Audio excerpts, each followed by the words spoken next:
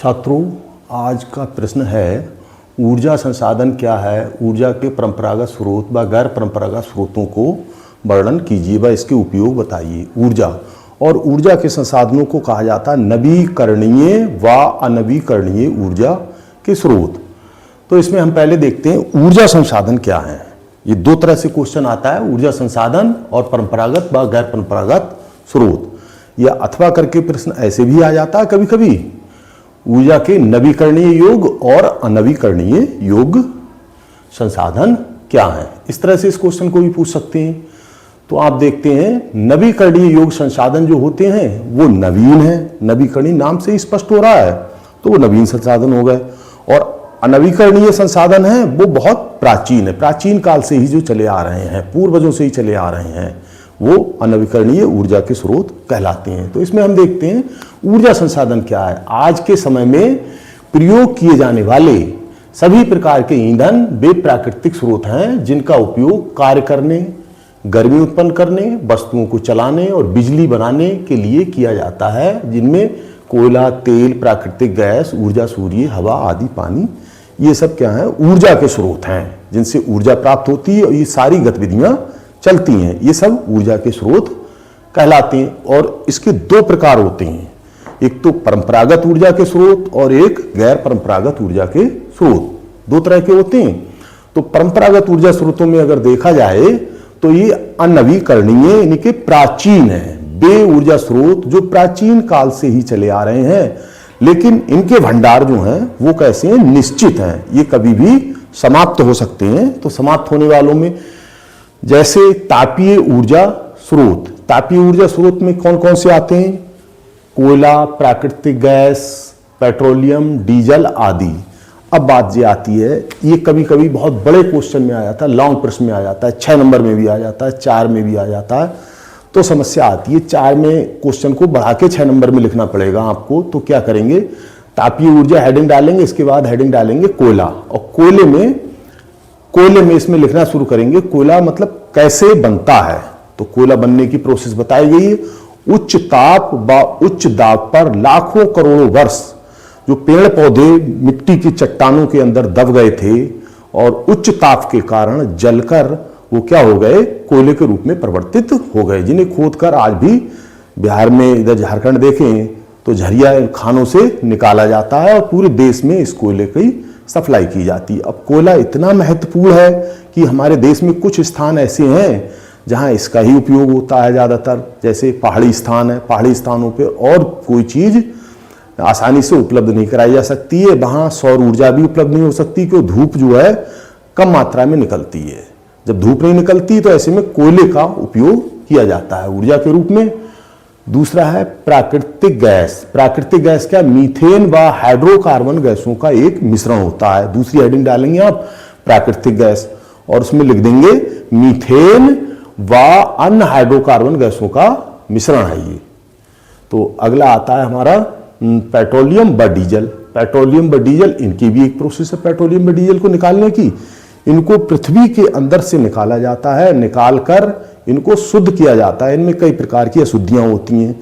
भारत में इनकी शुद्ध करने की कई स्थानों पर रिफाइनरी लगी हुई हैं। हमारे उत्तर प्रदेश में देखा जाए तो मथुरा रिफाइनरी उत्तर प्रदेश में लगी हुई है, जिसमें से पेट्रोल, डीजल और मिट्टी का तेल अलग किया जाता है व अन्य पदार्थ इससे निकाले जाते हैं, इनका शोधन किया जाता है। इसके बाद इसका ऊष्मा के रूप में उपयोग किया जाता है। तो दूसरा है जल विद्युत ऊर्जा।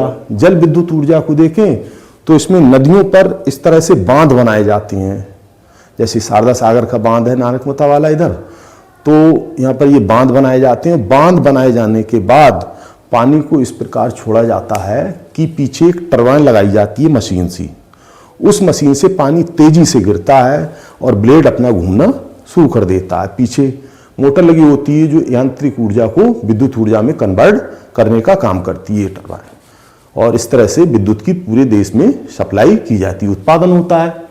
दूसरी स्थिति इसकी जो होती है उपले व लकड़ी बायोगैस, इससे भी ऊष्मा को ऊर्जा को उत्पन्न किया जाता। उपलों के विषय में आप जानते होंगे, गांव में इन्हें कंडे कहा जाता है गांव की भाषा में, लेकिन वैसे शुद्ध नाम इनका उपले है, जो गोबर से पाथ कर और सुखाकर उसे बनाया जाए, जानवरों के गोबर से बनाई जाती हैं। दूसरा है लकड़ी। लकड़ी होती है, लकड़ी को सुखाकर जलाकर और इसे ऊष्मा के रूप में इसका प्रयोग किया जाता है। बायोगैस। बायोगैस को ऐसा है जैसे कच्चे गोबर को एक बहुत बड़ा टैंक बना दिया गया है और टैंक बनाने के बाद कच्चे गोबर को उसमें डाला जाता है गोबर से, और 2, 4, 6, 8, 10 दिन में धीरे धीरे उसमें गैस बनना, पानी उसका निकलता रहता है और गैस बनना उसमें प्रारंभ हो जाती है।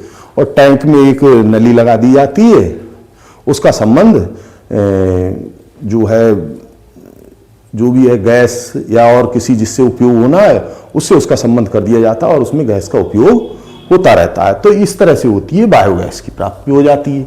तो ऊर्जा के परंपरागत स्रोत आए तो आपको इन सब का वर्णन करते हुए और विस्तार से लिखना है सबके लिए। अब दूसरा आता है हमारा गैर परंपरागत ऊर्जा के स्रोत। गैर परंपरागत ऊर्जा के स्रोत वे होते हैं, ये नवीकरणीय ऊर्जा स्रोत हैं। नवीकरणीय का मतलब होता है नवीन, नवीन खोजे गए हैं और ये कभी समाप्त नहीं हो सकते हैं, क्योंकि ये प्रकृति से इस तरह से प्राप्त है, में लगातार उत्पन्न होते रहते हैं। जैसे इसमें आ जाता है आपका ये है पहला पवन ऊर्जा। पवन ऊर्जा ये हवा द्वारा प्राप्त ऊर्जा होती है। हवा है, जैसे बहुत बड़े रेगिस्तानों में इसका उपयोग अधिकतर होता है और रेगिस्तानों में इसे बहुत बड़े पंखे लगा दिए जाते हैं। इन पंखों से ये ऊर्जा प्राप्त, खूब तेजी से पंखे चलते हैं, पीछे टरबाइन लगा दी जाती है जो विद्युत ऊर्जा को, यांत्रिक ऊर्जा को विद्युत ऊर्जा में कन्वर्ट कर देती है। इस तरह से बहुत बड़ी मात्रा में इस तरह से विद्युत ऊर्जा तैयार की जाती है। अगला है सौर ऊर्जा। सौर ऊर्जा जो है सूर्य से प्राप्त ऊर्जा होती है। सौर ऊर्जा सूर्य से प्राप्त ऊर्जा है, जो बड़े बड़े सौर, अब तो सब लोग आसानी से उसके लिए समझ लेते हैं क्योंकि सबने देखा हुआ है। और भारत एक ऐसा देश है जहां पर अभी आपने देखा होगा 15 दिसंबर तक ठीक ठाक धूप निकल रही थी अपने यहाँ। 15 दिसंबर के बाद धूप निकलना बंद हो गई और ये जनवरी भर मुश्किल पड़ सकती है धूप ना निकले, लेकिन जनवरी के बाद जैसे ही फरवरी शुरू होगा तो धूप निकलना शुरू हो जाती है। अर्थात 1.5 महीने भारत में जो है वो धूप कम रहती, ना के बराबर, और से 10.5 महीनों में लगातार भारत में धूप खूब रहती है। जब धूप खूब रहती है तो सौर पैनल चार्ज होते रहते हैं और विद्युत तैयार होती रहती है। इसलिए कभी कभी एक बड़ा क्वेश्चन आ जाता है, क्या कारण है कि भारत में सौर ऊर्जा का भविष्य उज्जवल है? ये क्वेश्चन बहुत आता है और इस क्वेश्चन को आप बहुत अच्छी तरह से तैयार कर लें, ये परीक्षा में आने वाला ही है। क्या इसको हम अलग से भी इसे कराएंगे और ये विस्तृत तरीके से इस क्वेश्चन को तैयार कराएंगे? ये क्वेश्चन जरूर ही आएगा। क्या कारण है कि भारत में सौर ऊर्जा का भविष्य उज्जवल है? इसको आगे भी हम बताएंगे, पूरा एक क्वेश्चन ही लेकर आएंगे, उसमें बताएंगे। और फिर भी आप समझ लें इसमें, तो इससे सौर ऊर्जा प्राप्त की जाती है सूर्य के प्रकाश से, और 10.5 महीने तक हमारे देश में आसानी से सौर ऊर्जा को प्राप्त किया जा सकता है। पहाड़ों पर भी इसका उपयोग किया जाता है। जब कोई धूप वूप निकलने लगती है गर्मी के दिनों में तो इसका उपयोग वहां भी खूब किया जाता है। अगला आता है भूतापीय ऊर्जा। भूतापीय ऊर्जा जो होती है वो पृथ्वी के अंदर से रेडियोधर्मी तत्व यूरेनियम, थोरियम, इनका विघटन होता है। विघटन होने से इसमें ऊष्मा बनती है, उस ऊष्मा से विद्युत तैयार की जाती है, गर्मी उत्पन्न होती है। अगला है ज्वारीय ऊर्जा। ज्वारीय ऊर्जा क्या है? तो ज्वारीय ऊर्जा जो है समुद्र में ज्वार भाटा की स्थिति आती, इसमें समुद्र के किनारे मशीनें लगा दी जाती हैं। ज्वार और भाटा दो स्थिति बनती है। तो ज्वार माने ऊपर उठना और भाटा माने उतरना। तो जब नदी में ज्वार, समुद्र में ज्वार भाटा आता है तो पानी की लहरें खूब ऊपर उठती हैं, समुद्र किनारे तक आ जाती हैं और फिर नीचे उतर जाती हैं। तो ऐसी स्थिति में वहां मशीनें लगी होती हैं, तो पानी के चढ़ने व उतरने से वो तेजी से चलने लगती हैं, जिससे यांत्रिक ऊर्जा से विद्युत ऊर्जा में मशीनों द्वारा उसे कन्वर्ट किया जाता है, उससे तैयार कर लिया जाता है। तो समुद्र के किनारे ऐसी मशीनें लगाई जाती हैं जिनसे विद्युत आसानी से तैयार किया जा सकता है। इन सब को ऊर्जाओं को बनाने का मुख्य उद्देश्य सब क्या है? इन ऊर्जाओं का उपयोग क्या है? कहाँ कहाँ इन ऊर्जाओं का उपयोग किया जाता है? तो इन ऊर्जाओं का उपयोग किया जाता है, इनका उपयोग बिजली उत्पादन, खाना बनाने, परिवहन, कृषि, सिंचाई आदि में इन सब का उपयोग किया जा सकता है। आज लगातार बढ़ती हुई जनसंख्या ने बहुत चिंतित कर रखा है। चिंतित ये किया है कि ऐसे ही हम लगातार परंपरागत ऊर्जा स्रोतों का प्रयोग करते रहे तो प्रदूषण इतना बढ़ चुका है, इतने वाहन हो गए हैं और लगातार प्रदूषण बढ़ता जा रहा है। ऐसी स्थिति में नवीकरणीय ऊर्जा के संसाधनों का प्रयोग हमें करना चाहिए। इन पर जोर दे रही है हमारी सरकार, भी इसमें जोर दे रही है। और तुमने देखा होगा इलेक्ट्रॉनिक स्कूटी हैं, कारें हैं और भी बसें हैं, बड़े बड़े महानगरों में चलाई गई हैं। तो इसीलिए इनका इलेक्ट्रॉनिक वाहनों का उपयोग किया जा रहा है कि प्रदूषण को कम से कम, बहुत कम मात्रा में हो, प्रदूषण को आसानी से रोका जा सके। क्योंकि आने वाले समय में तो ये प्रदूषण बहुत चरम सीमा पे पहुंच जाएगा, इसलिए ये सब बदलाव लाए जा रहे हैं।